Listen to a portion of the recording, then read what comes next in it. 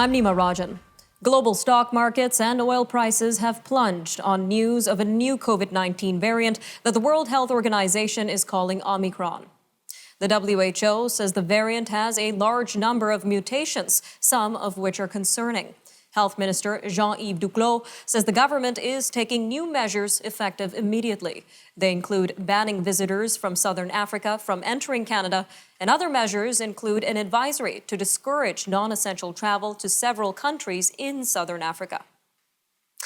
Well, meanwhile, Prime Minister Justin Trudeau got a first-hand look at the flood damage in BC today. There, he was scheduled to meet with local officials, including ABBOTSFORD Mayor Henry Braun. Mr. Braun has estimated the damage from the storm that hit nearly 2 weeks ago could top $1 billion. Another storm is due to hit the Fraser Valley City Saturday, followed by an even stronger one on Tuesday. Work to repair roads and bridges damaged when almost 200 millimeters of rain fell on southwestern Newfoundland this week is continuing. Some communities are now cut off from the rest of the island and are reporting shortages of bread, milk, and other staples. The Prime Minister has approved a request for military assistance. Work crews are also out in eastern and northern Nova Scotia. This is where Premier Tim Houston is estimating the flood damage to almost 30 roads and bridges will reach $7 billion. The House of Commons voted in favor of resuming hybrid sittings today. The New Democrats joined with the Liberals against the Bloc Québécois and Conservatives, who wanted to return to normal in-person operations. The vote passed 180 to 140. Votes and debates in the Commons and its committees will proceed virtually starting Friday. This will continue until the House breaks for summer in June. The federal Liberals have introduced a bill that would provide 10 days of paid sick leave for federally regulated workers. And it will create 2 new criminal code offenses for anyone threatening healthcare workers. Labor Minister Seamus O'Regan says the sick leave plugs a hole in the social safety net that was exposed by the pandemic. The Liberals want to see the bill pass in Parliament before MPs go on their holiday break in the middle of December. The Assembly of First Nations say 13 delegates representing First Nations across Canada will be traveling to the Vatican next month to meet with the Pope. The delegates will have a 1-hour meeting with Pope Francis on December 20th, where they are expected to discuss various themes. There will also be Inuit and Métis delegations, which will have separate 1-hour meetings with the Pontiff. The Canadian Conference of Catholic Bishops will cover travel costs. The federal government has told aviation giant Boeing that its bid to replace Canada's aging CF-18s with a new fleet of Super Hornet fighter jets does not meet requirements. 3 sources from industry and government say the message was delivered on Wednesday. The other 2 companies competing for the $19 billion contract, Lockheed Martin and Swedish firm Saab, were told they did meet the requirements. David SUZUKI has issued an apology on his foundation's website. This is after commenting about pipelines being blown up if government leaders don't urgently address climate change. The celebrity environmentalist says his comments made during a TV interview on Saturday were a result of his frustration at government inaction as climate change gets worse. He now says the suggestion about violence was wrong. The College of Physicians and Surgeons of Saskatchewan is warning of a highly dangerous street drug detected in the Saskatoon area. The synthetic opioid, known as etnitazine, comes in the form of an orange powder or grainy substance. The medical regulator says it is up to 20 times more potent than fentanyl, a drug linked to thousands of overdose deaths in Canada. The federal government ran a deficit of nearly $69 billion over the first half of its fiscal year. This is almost $130 billion less than the Treasury pumped out during the same stretch 1 year earlier. The Finance Department's fiscal monitor says the budgetary deficit between April and September was $68.6 billion. This is down from the $198.1 billion at the same time in 2020. The decline largely reflects lower amounts paid in emergency benefits to individuals and businesses. Well, Black Friday has arrived with less fanfare than usual. The pandemic and supply chain situation has cast a pall over the imported American traditional shopping spree. McGill University's Anwar White with the Bensadown School of Retail Management says Black Friday has been expanding for years as retailers try to maximize sales by pushing discounts earlier into the fall. But he says the pandemic has accelerated that trend. Stay tuned. We'll be right back after the break with more news from around the world.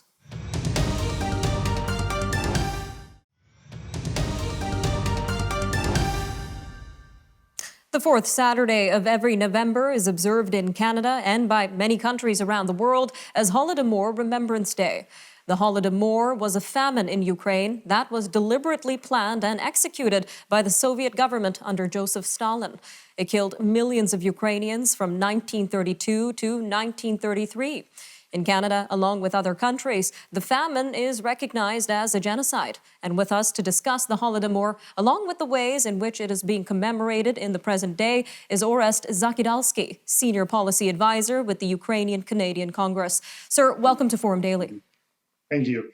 So let's start with the Holodomor itself, sir. We mentioned that this was a deliberately planned famine, but give us a picture of how exactly it impacted the people of Ukraine. So in 1932-33, the Soviet regime murdered millions of people in Ukraine. The method they used was starvation. Basically, all the food in Ukraine was taken away. The borders were closed, and people in villages and towns starved to death. Any food they had was discovered by the Soviet secret police and taken away. And so now, in the parts of Ukraine where the famine happened, I mean, there basically isn't any families that don't have some personal connection to loss or have, people in their generations who somehow survived the famine. So it was, one of the terrible genocides of the 20th century. And I'm sure a lot of our viewers might find it shocking that this was a government campaign. So what were the Soviet government's so-called reasons behind this planned famine in Ukraine? Well, the reasons that the Soviet government gave for this campaign was to collectivize agriculture and to make the countryside produce for the state rather than for the people who produce the food. That was the ostensible reason given, but the real reason, of course, was to destroy the Ukrainian nation and its quest for independence, and to turn the Ukrainian people into so-called Soviet citizens, Soviet people. And so in order to do that, not only was the countryside and towns starved, but also the clergy was executed, the intelligentsia was destroyed, any leaders of the independence movement were killed even before the famine started. So it was really an assault by the Soviet state on the idea of the Ukrainian nation and on Ukrainian statehood. And there was a time when the USSR denied that the Holodomor even occurred. So how did the world learn that the Holodomor did in fact occur? Basically, the world learned about the Holodomor from people who emigrated after World War II to the West. And so survivors of the Holodomor started to tell that story in the late 40s, early 50s. And the more time passed, obviously, the more people testified about it, the more information came out about it. There were also a few journalists in the Soviet Union at the time, like Gareth Jones and Rhea Kleinman, who reported on what was going on at the time. This was, of course, denied and covered up by the Soviet state, as you said. But as time passed, more and more evidence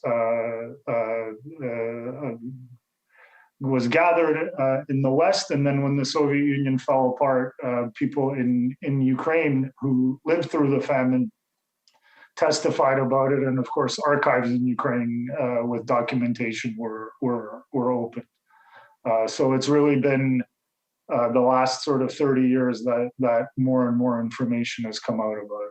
All right, sir, just about a minute left here, but bringing this back to Canada's connection to this incident, Canada implemented the Holodomor Memorial Day on the fourth Saturday of November in 2008. So in what ways is this Memorial Day being observed here in Canada, sir? So like every year, communities are gathering at their churches. There are many places in Canada where there are Holodomor monuments.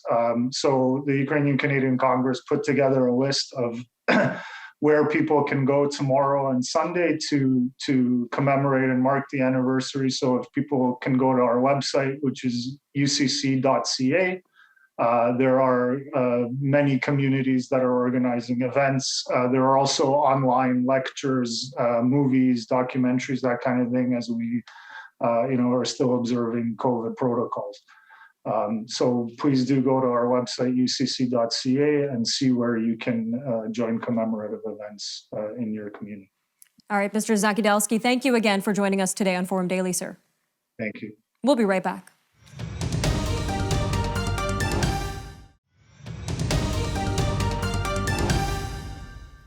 Welcome back. We'll start with a look at Forum Daily's cryptocurrency and digital asset update with Catherine Murray, the host of The Buck Stops Here. All yours, Catherine. Thank you, Nima. Hello and welcome to your weekly crypto and digital asset update. I am Catherine Murray. Well, we've got to start with the heavily mutated COVID variant that has been reported out of South Africa. It is sending all risk assets lower today. The equity markets are down around the world by about 2%. You're also seeing commodities selling off, and cryptocurrencies are also lower. Bitcoin, which is the world's largest cryptocurrency, traded down over 8% over the past 24 hours. Bitcoin now is down by about 20% versus its recent high on November the 10th, breaking 55,000 today. So technically it is in a bear market territory. Ether, for one, also down by about 11%. That's the second largest cryptocurrency in the world. And then the smaller ones are down even more so than that. Now, recall these currencies are traded 24/7, 365 days a year. So there's a lot of movement, a lot of volatility in them. We're also actually seeing volume 2 times that of the 30-day average. So there's a lot of activity going on. Watch it pretty closely. Keep in mind as well, whether you're looking at stocks or cryptocurrencies, there's a lot of leverage in the overall system right now. What I mean is that people are borrowing money to increase the size of their positions. So when you do see the markets weaken, you tend to see additional selling pressure, regardless of which asset class it is. People need to cover their positions so they don't get margin calls. So just be aware that that is also a market phenomena, in my opinion, that's going on today. It's always hard to kind of figure out to what degree, but we do know that there's a lot of leverage in the system. What's also interesting, though, about today's cryptocurrency sell-off is that Bitcoin is not acting as an inflation hedge like it did back in October. Instead, it is definitely being viewed more as a speculative asset, which might be appropriate for many people's viewpoints. But keep in mind that when inflation spiked in October, so did Bitcoin. The new variant could cause further supply disruptions, which would actually increase inflation from these current levels. So again, see how this settles out. We might see a little bit of a knee-jerk reaction today to the downside.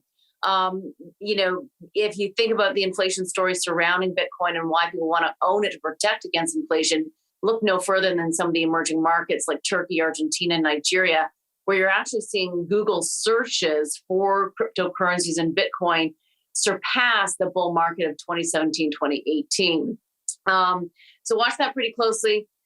When you think about the compelling stories for cryptocurrencies, some people are looking at this as a utility. Also, people are concerned that central banks are devaluing our currencies by printing money and keeping rates lower for longer. RBC, in fact, has also an interesting note out saying that the blockchain developments, the technology surrounding cryptocurrencies, blockchain, are meeting critical demand right now, and that the benefits are displacing trust with truth.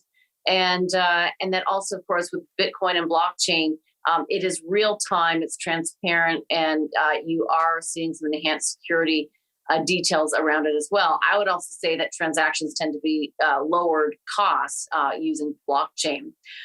Again, when we think about the market action today to the downside, do keep in mind on the positive side that the vaccine producers, Pfizer's of the world, can adapt the vaccines. And also, of course, there's antivirals coming from Pfizer as well as Merck. Away from all of the news and action today, there have been some interesting crypto headlines this week. El Salvador, for one, is going further and embracing Bitcoin with the announcement of a Bitcoin bond. In other words, this is a new means for a country to raise capital, Bitcoin bonds. this can be viewed, of course, as further signs of adoption. We're also hearing that Australia's financial services minister said that crypto is not a fad and that government should tread carefully but not fearfully.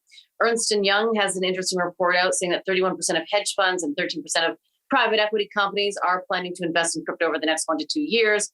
And the nonprofit City Howe Institute is out saying that the BOC, Bank of Canada, should issue a digital currency. And importantly as well, also argues in favor of privately issued cryptocurrencies, meaning not just government issuing their own type of crypto or digital asset. So a lot of interesting news. Watch the market today. We'll see if it's a bit of a knee-jerk reaction. It might take a couple of days to kind of feel this one out as we learn more about this variant and, of course, the pharmaceutical company's ability to combat it.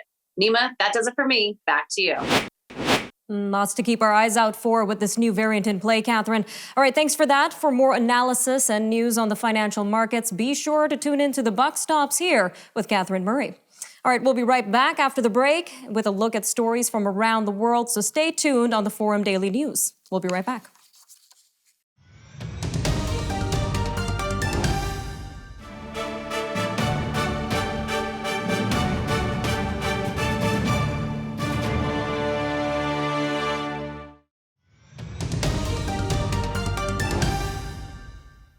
The European Union nations have agreed to impose a ban on travel from southern Africa to counter the spread of a new COVID-19 variant.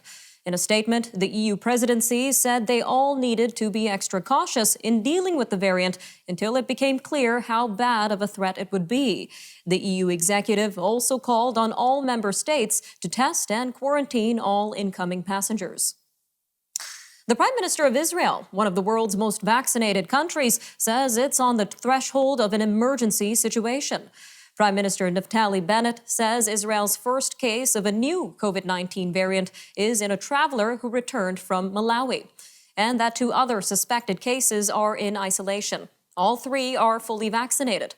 The variant, first detected in South Africa, has a high number of mutations and has spread rapidly among young people. The European Union says it will ease restrictions on exporting COVID-19 vaccines. The EU says that as of January, it will no longer require vaccine producers to request special authorization to export outside of the bloc. Earlier this year, the EU introduced a mechanism to keep some doses in the bloc. However, the vaccine supply is no longer an issue, and the bloc has vaccinated over 2/3 of its total population. French fishing crews have temporarily blocked French ports and ferry traffic across the English Channel on Friday. It is the latest tension point between the 2 neighboring countries in a dispute over post-Brexit fishing licenses. The 2 are also trading blame for not doing enough to prevent the deaths of at least 27 migrants earlier this week. French fishermen are angry at the British government for not granting more licenses to fish in UK waters. And they are angry at their own government for not doing more to defend them. The fishing industry is economically small, but symbolically important for both Britain and France. A group of protesters have stormed a ministry building in Beirut. They come as the Lebanese pound hit a new low amid a worsening economic and political stalemate. The protesters, who stormed the Ministry of Social Affairs on Friday, said conditions in the crisis-hit country have become unbearable. Lebanon's ruling class is blamed for decades of corruption and mismanagement that has thrown the small nation into the worst economic and financial crisis in its modern history. Russian President Vladimir Putin hosted the leaders of Armenia and Azerbaijan for collective and individual talks, which he called constructive. The 3 discussed ways to resolve the tensions over the separatist region of Nagorno-Karabakh. The region lies within Azerbaijan, but it was under the control of ethnic Armenian forces backed by Armenia since 1994. The Azerbaijani military removed the Armenian forces in 44 days of fighting in the fall of 2020, which ended with a Russia-brokered peace deal. Japan's cabinet has approved a $6.8 billion request for an extra defense budget through March. This is to expedite the purchase of missiles, anti-submarine rockets, and other weapons. It comes amid rising concern over the escalation of military activities by China, Russia, and North Korea. The request is still pending parliamentary approval. Defense Minister Nobuo Kishi said that 2 Chinese and 2 Russian aircraft flew from the Sea of Japan to the East China Sea and to the Pacific Ocean, triggering Japanese self-defense force jets to scramble. The Serum Institute of India, the world's largest vaccine maker, has resumed exports of coronavirus vaccines to the UN-backed COVAX distribution program. The company was to have been COVAX's main supplier, but an explosion of cases in India resulted in a cutoff of exports in March. The cutoff was a significant setback for global efforts to distribute vaccines equitably. New infections in India have fallen to the lowest levels in months. The first new exports under the COVAX program, destined for Nepal and Tajikistan, are leaving on Friday. A top local official says search teams have found a survivor in a Siberian coal mine. This is where dozens of miners are presumed dead after a devastating methane explosion. The mine is located in the southwestern corner of Siberia. They say the survivor is being taken to the hospital. 6 bodies were also recovered, bringing the number of confirmed dead to 20. 31 people are still missing. Team Rubicon, composed mostly of veterans, is helping Afghan refugees settle in the United States.